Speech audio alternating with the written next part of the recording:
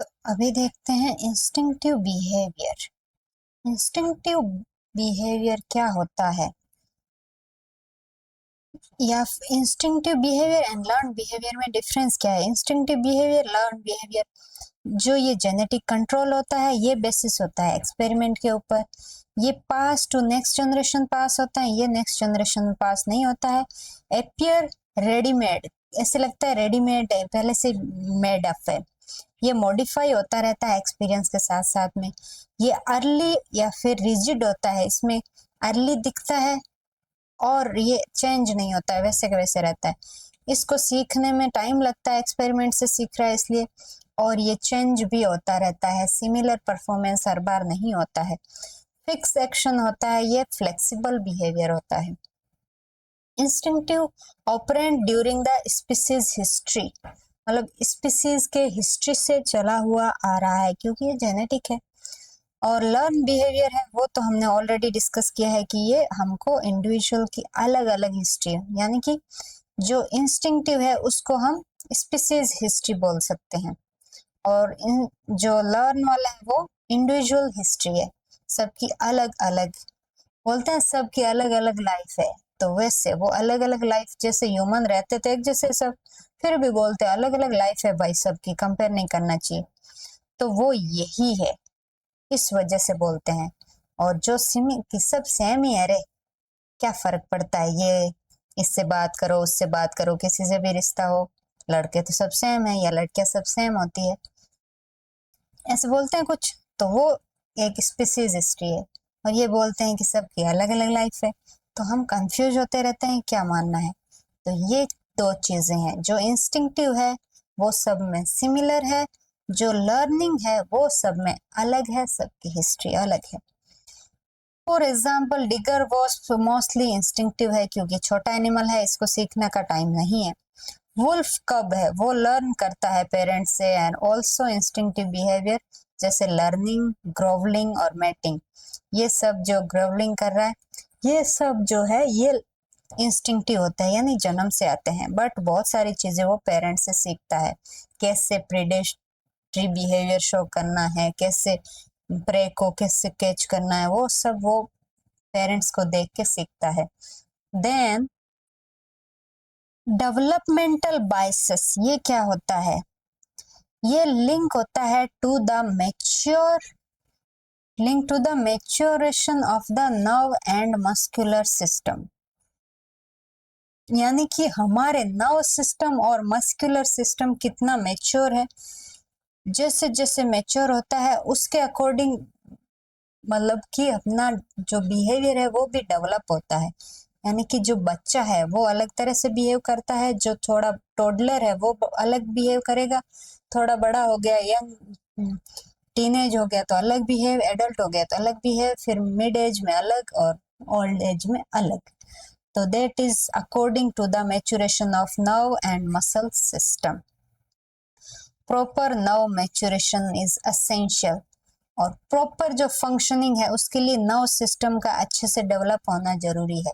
किसी किसी में जैसे मेंटल रिटार्ड है तो वो बोलने में भी उसका थोड़ा वो दिखेगा कि इसमें ये नर्व सिस्टम का मैच्योरेशन अच्छे से नहीं हुआ है, तो बिहेवियर भी अच्छे से परफॉर्म नहीं हो पाता है। For example swallow fly without practice, ये जो स्वेलो है वो उसको प्रैक्टिस की जरूरत नहीं है, वो बिना प्रैक्टिस के उड़ सकती है। और इसके बारे में स्टडी करी है स्पाल्डिन इन 1973 के अंदर। Sexual behaviour link with gonad growth, जैसे जैसे गोनाड ग्रोथ होंगे तभी वो सेक्सुअल बिहेवियर दिखेगा। और इसके लिए यदि हमारे न्यूट्रिशन और सब कुछ अच्छा है तो उसके अंदर गोनाड का ग्रोथ भी जल्दी होगा, तो उसमें सेक्सुअल बिहेवियर जल्दी दिखता है। एंड हार्मोन लेवल भी उसका क्या है, उस पर भी डिपेंड करता है सेक्सुअल बिहेवियर।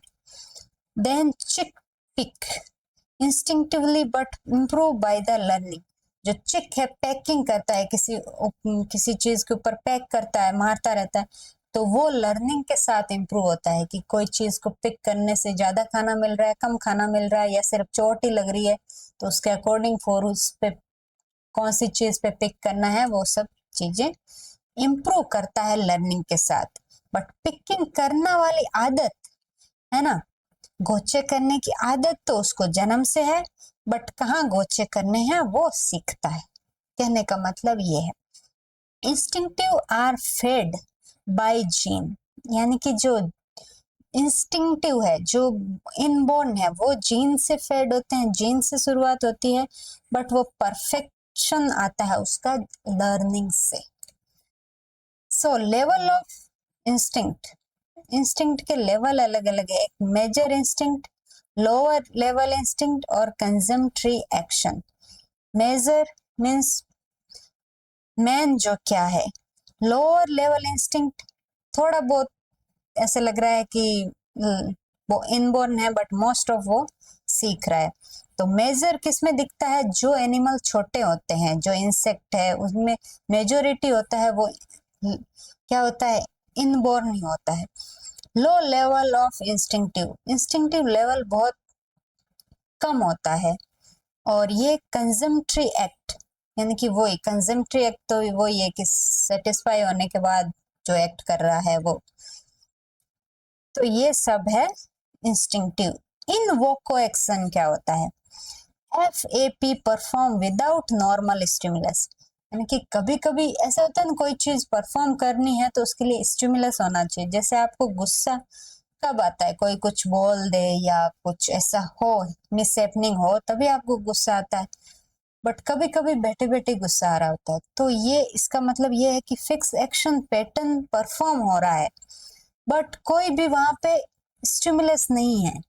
इन वोको एक्शन, यानी कि इन वोको का मतलब ये सम वैक्यूम है, वहां पे एक्शन हो रहा है, बट क्या एक्शन के लिए जो स्टिमुलस आना चाहिए वो वैकेंट है, वो नहीं है वहां पे। जैसे एग्जांपल के लिए जो ग्राउंड स्क्वायरल यदि हम घर में रखें उसको, तो भी वो फ्लोर पे ऐसे बरी करने, फूड को बरी करने की उसकी जो आदत है, इनबोर्न है, वो उसको फ्लावर को खोदने की कोशिश करती है, फ्लोर को खोदने की कोशिश करती है। तो ये वाली चीज क्या है, स्टिमुलस नहीं है, उसको ऐसी जमीन नहीं दिख रही फिर भी वो खोद रही है। कार्नी वेविंग, कैनरी वेविंग नाम का बर्ड है, वो ऑन फेदर से ही नेस्ट ड्यूरिंग ब्रीडिंग सीजन। यदि उसको ऐसे बंद कर दिया जाए जहां पे नेस्टिंग के लिए मटेरियल नहीं है, तो वो क्या करता है, खुद के फेदर को ही पकड़ के लाके ऐसे नेस्ट बनाने की कोशिश करता है, जबकि ऐसा हो नहीं पाता है। बट ब्रीडिंग सीजन है तो उसको ऐसा करने पे वो इंटरनल स्टिमुलस आ रहे हैं, बट जो एक्सटर्नल स्टिमुलस यहाँ पे नहीं है, जो नेस्टिंग मटेरियल है वो नहीं है। तो इस तरह के जो फिक्स एक्शन पैटर्न है उनको बोलते हैं इनवोको।